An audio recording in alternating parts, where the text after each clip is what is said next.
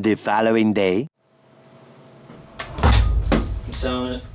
So we all know the feeling of buyer's remorse. As videographers and filmmakers, I feel like we know it even more than most people. But there are a few pieces of gear in 2022 that I purchased and I really don't think I'm gonna get rid of. In this video, I wanna break down what they are, why I use them, why I still have them. This is not a specific review for each product, but it's just a list and things that I didn't think I would keep or I didn't think I would enjoy as much as I do. But before I get into it, consider subscribing, stay updated for future content. A lot of these things that I'll be talking about in this video, I'll be making a full-length review.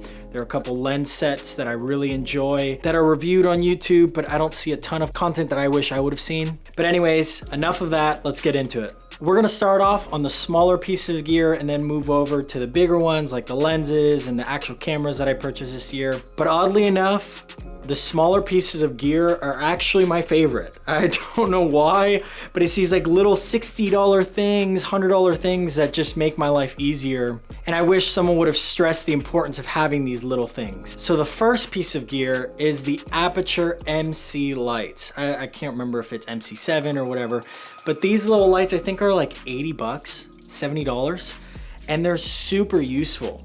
I've used them in weddings, I've used them in product shoots, I use them in a bunch of different things, mainly because they're so small. They have a little diffuser on them. Let's see if I can. This like rubber softbox for the actual light, and it's magnetic, so I could just stick it anywhere. Normally I'd place it behind a plant to accentuate it, or behind a product, or if I just wanna fill a certain part of my frame, I'll just place it there. For weddings, I've even used it to just light up the cake or give the cake a backlight or the rings a light. Makes my life so much easier because I don't have to bring a whole light just to light up rings or just fill in a certain part of the frame. So the second thing I do not regret buying in 2022 is the Aputure Amaran 60X. This thing is so tiny. It's actually lighting me in the background. It's giving me this gold rim light that's acting as a motivated light for the lamp. I've used this light in so many different scenarios. Yes, you can use it as a key light, but that's not necessarily what I use it for. There's other lights that are much more powerful that let me balance light a lot better. Mainly, I use this light because it's battery powered and it's the size of a cube. I'll grab it real quick. A couple of years back, there was the Godox SL 60 watt that a lot of YouTubers were reviewing, and it was really popular for beginner filmmakers, but that thing was 3 times the size of this light, wasn't able to be battery powered, and I mean, that's enough. It was 3 times the size and wasn't able to be battery powered. One thing I always have in my mind that I've realized over the years is that the best pieces of filmmaking gear is the gear that I'm gonna be taking along with me. And most of the time I won't take a 300 watt light or a 200 watt light. I can easily put this in my backpack in one of the little slots and take it whenever I need it. This light does come along with me on a lot of shoots for that specific reason. Now I'm gonna go put it back because that took me a long time to get it in the right spot, so. Looks about right. So while we're on the same topic of lights, the next product that I do not regret purchasing is the Nanlite Pavotubes. I think these are the 30X, and I also have the 15Cs as well. These lights are extremely versatile. I can throw them in a car if I need it. I could literally just put it right here if I wanted to fill, if I wanted something a little bit more high key. I don't even need a C-stand for these lights. I could just use any kind of photography light. So these have been super crucial in getting certain looks. Just give myself a nice backlight. Yeah. Super versatile light. I really enjoy these lights and I do not regret buying them. I'm not saying I'll never get rid of them, but if I'm gonna get rid of these Pavotubes, it's probably gonna be for the newer version or for a company that's making something better and easier to use, which I don't see that happening in the near future. But these are great. And I know I'm not going super in depth. There might be other questions. If you have questions about any of these products, please ask me in the comments below. And now for the next thing, since we're done with the lights, is this Peter McKinnon nomadic travel backpack. I can't remember the liters or whatnot, but I actually own the first version of this bag, and I'm gonna be completely candid with you. I don't even really love this bag. It's not my favorite.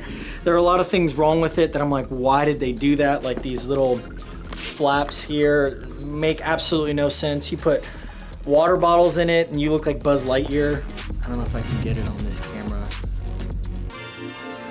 But anyways, maybe I'll get some B-roll of it. But it makes you look like Buzz Lightyear. You'll see what I mean. But even with all the little mini drawbacks, it has still been one of my favorite backpacks to just go out and shoot. So the main reason why this is my favorite bag, and I do not regret purchasing it, is this top zipper. This compartment can actually, I don't know if I can show you in there. There's so many reviews. If you've ever heard of this bag, you know what it can do, but it completely opens up so you have this whole compartment here. And the reason why I like that is not so I can put more clothes or anything. It's because I can put a fully rigged Komodo. I just have to take out my side handle or whatever in there if I wanted to, with the monitor and everything.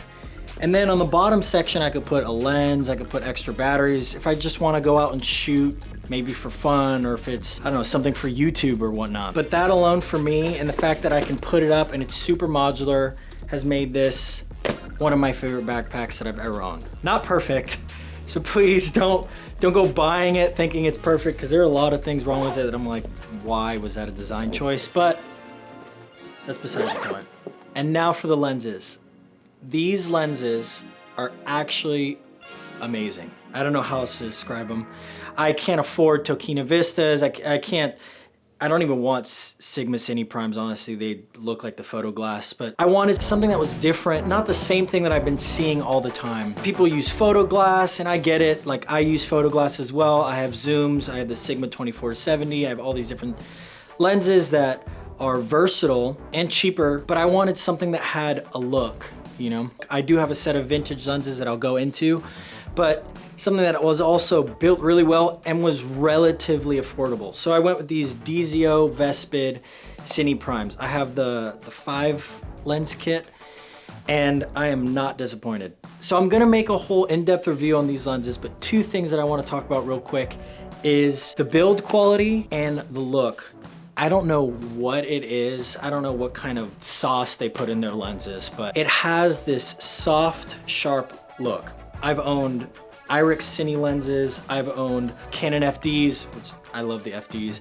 I've tried the Makey Cine Primes, I've tried all these different lenses, but for some reason, these lenses just look different. Every time I use them on a project, it has like a creamy feel to them. I really don't know how else to describe it. But anyways, I digress, because I'm gonna be making a full review on them. And for the second set of lenses that I do not regret purchasing, it's these Contax Zeiss lenses. I've Cine modded them. I converted them to EF, added some focus gears, an 85 outer diameter filter ring, and then these caps that I had my buddy Edmund make for me. He also has a YouTube channel. I'll link it down below. Check out his stuff as well. So these are one of the things I'm gonna be making a full review on, but the main thing that I liked about these lenses is that they had a vintage look. They definitely look dirty. They dirty up the frame, but not as much as the Canon FD lenses. So previously, I had purchased a set of Canon FD glass because I wanted a different look. I wanted something that wasn't like the photo lenses and everything that I've used prior. And I loved those lenses. They were amazing. But for me personally, they were a little too soft. I'm not saying that they were unusable, but when I had a client shoot, let's say it was a commercial or something else, I was hesitant to pick up my Canon FD lenses because I was worried that it was too much of a look. These definitely still look vintage, but I know that if I use them for client projects or anything like that, it won't be super stylized. And if I wanted to, I could make them look more vintage or add a black pro mist or even a pro mist if I wanted some more, but I'm really happy with the look of these lenses, and a full review is coming soon. All right, now on to cameras. This one's gonna be a little tricky because I'm actually using one of the cameras to film right now. First one is the red Komodo. I love this camera, it's amazing. I'm not gonna go too in depth. I made a whole review, I'll link it up here, but this camera has served me really well, and I love the image coming out of this thing. So the second camera body that I purchased in 2022 that I do not regret buying is the Canon C70. I do not see myself selling this camera unless Canon comes out with a camera that is basically the same thing but full frame, or basically the same thing but better build quality. That's the one thing I do not like about the C70 is how flimsy it is. The screen is annoying, the body is plastic, but the image is amazing. The ND filters are so useful. This is my favorite camera to just grab and go because I know I don't have to bring filtration when it comes to ND filters. Another thing about the C70 is that it pairs really well with the Komodo sensor. So the dynamic range is on par. I need to do tests. People say it's better, people say it's worse. I don't care, to be honest. They look really good when they're stacked up together. So these two cameras are cameras that I do not see myself selling in 2023 unless, like I said, with the Canon C70, they come out with something with better build quality, a version 2 that's made out of metal or aluminum or something. But other than that, I don't see myself selling it because I'm just happy with it. And that's saying a lot because I've switched from Sony to Canon to Sony again, had all these different cameras, and I think I'm actually happy with what I have. So that's definitely a plus. And if you ask my wife, that's definitely a plus for her too. And now for the last thing I do not regret purchasing in 2022. An emergency has been reported in this building. Something burning?